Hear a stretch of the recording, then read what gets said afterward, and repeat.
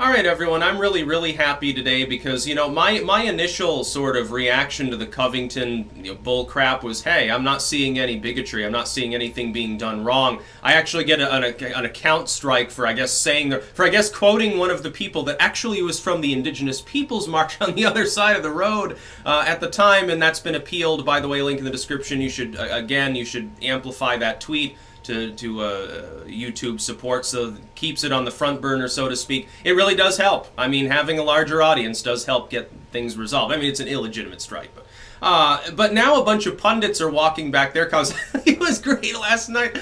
Greg Gutfeld, you know, he's from Fox, so I mean, he's not, you know, necessarily taken in by the PC stuff as much, at least on his face. I mean, he is still a billionaire that lives in a skyscraper. He's not some four-figure hayseed that like thumps the Bible all day. Don't let Fox kid you. That's not their average audience. It's the Manhattan elite, the same as all these other groups that represent these people. A bunch of Harvard grads and shit. It's really funny how their branding has managed to convince people, including their foes, otherwise. It comes out and says, well, maybe my initial reaction was wrong. It looks like we may have gotten this one wrong, like really badly. And I'm sitting there, I'm thinking to myself, no shit, dude. You didn't even research the claim that was being made. The initial claim that was made by the legacy media hacks. And I don't know which one was the first progenitor. Who first broke the story? I really want to know. And I really want to know who first started putting out this video on YouTube and elsewhere saying, oh, look, these students mocking the Native Americans. A letter has been sent out explaining the situation.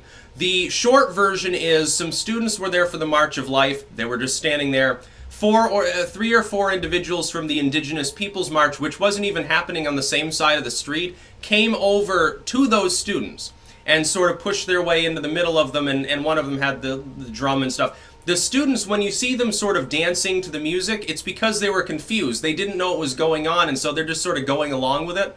They obviously, I mean, it's not antagonistic. They didn't feel threatened or anything like that, but these people, you know, come over. They don't know anything about the Indigenous Peoples stuff. They're there for the March for Life. They're not even on the same side of the street. And the letter that was put out explains this perfectly. They said the reason that was happening is because at first we thought that this person was coming over, just having a good time, and so we were sort of grooving. We were having a good time too. Then he got up in this one student's face, who has been, by the way, doxxed by the legacy media and openly threatened, and the people doing that are in big fucking legal trouble because the Covington people are already lawyering up, and they've got a good pro bono lawyer too that'll represent them as a group, plus they're fucking family lawyers. They go to a private school, not the sort of people in the economic class that's more easily antagonized in this sense.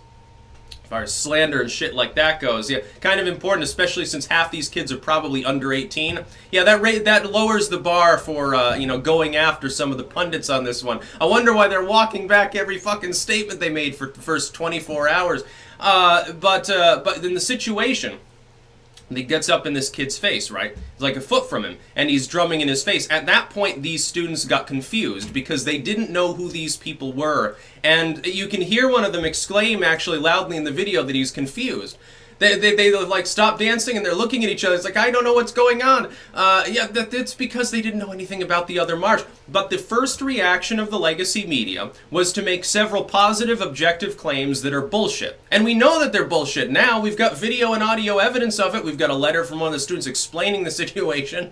I mean, we have everything under the sun. All the proof is there for a wonderful suit, a wonderful libel suit. It's going to be hilarious to watch some of these pundits get fired. I hope it drive some of these companies bankrupt. I really do. I hope that it knocks Vox off the face of the earth. I hope Salons has to downsize again, you know, and not just because they have shitty reporting and fewer people pay attention to them, and so they couldn't make their rent in their old place. They had to downsize and fire some people. I hope that some New York Times pundits get, like, you know, kicked off the team or something. But they made several claims. They claimed that the students approached the Native American marchers. That is false. We have evidence that that is false. Completely false. They claimed that they were mocking these individuals. That is false. Again, there is in no way can you construe them dancing around for 10 seconds before being confused as a form of mockery. And yet there are still people today, like this morning, rambling about this event as though what it depicts is a bunch of bigoted kids.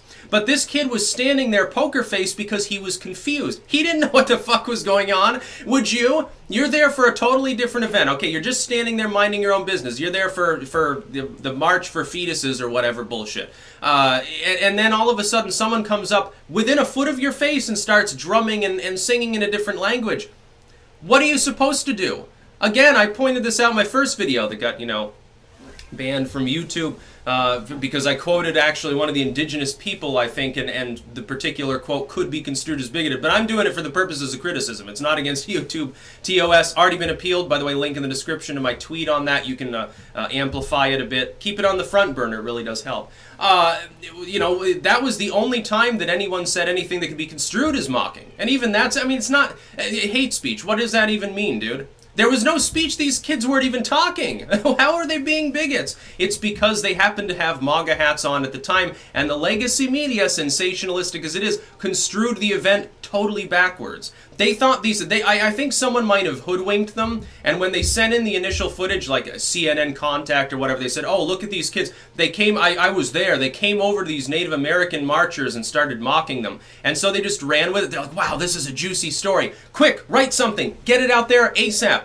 But then it went viral. And that same flawed headline continued to be circulated even after there was reasonable doubt in any rational person's mind that the story was totally false. You see, the problem is that some of these pundits engaged in literally trying to dox one or more of these students. That is unlawful. Some of these students are minors. Big fucking mistake. And now they've got a high-powered pro bono lawyer taking the case. He's like, hey, this is gonna be, I'm going to be famous for this one. This would be great, and it's good street cred because I'm representing kids. Nobody wants to see kids get their lives ruined over bullshit, so ha! And it's politically charged. Front page news for 2 different days. Wow, this is going to be great for my law firm. That's exactly why it happens. It's the only way a lawyer will do something for free. Yeah, a little bit of a joke there. I don't have a problem with lawyers. But, it's total opportunism, and watching them walk it all back is so glorious, because I'm not walking back what I said. Everything I said was apparently true. It was borne out. You know why? I bothered to watch the footage, and I don't think that most of the media firms did. I think that they just took it on its head, that these students had approached the other individuals, and therefore it would be construed as mocking. You know, you go up to people and start dancing around, and you're not really part of their march, and you're wearing the MAGA hats. It'd be a bit odd. But if you're just standing there on the other side of the street and they approach you, that's not mockery. That's called being confused. And so it's wonderful. Oh, I hope billions of litigation results from this. Because you got a lot of different claimants, and you got a hell of a lot of different people that'll be defendants. So many, dozens and dozens of legacy media outlets and hundreds of individuals, plus all of these people, including some celebs, mostly minor celebs, I'm assuming, that are saying, well, go punch him in the nuts. Punch the Nazis. These kids should be exposed. Get me their docs. Nah, you're breaking some laws there, I think. It's going to be really funny to see the fallout. I hope Salon downsizes. I hope Jezebel downsizes. I hope they all go bankrupt. Oh, it'd be so funny. I don't see any independent commentators having to walk their shit back, other than those that said, oh, well, maybe they were being bigoted. No, there was no maybe about it. There was never any evidence to believe that, unless you assumed that the legacy media was telling the truth, and it was so obvious they weren't. Because we had multiple camera angles. We had like 4 different pieces of footage of this same event. Long form and short form. But then it turns out there was like the black Israelis had been antagonizing them or something. But I think they do that to everyone. And so and they're not part of the Indigenous Peoples March. Although I think they glommed onto it because they're like, don't they believe in, what is it, Yakub or something? I think.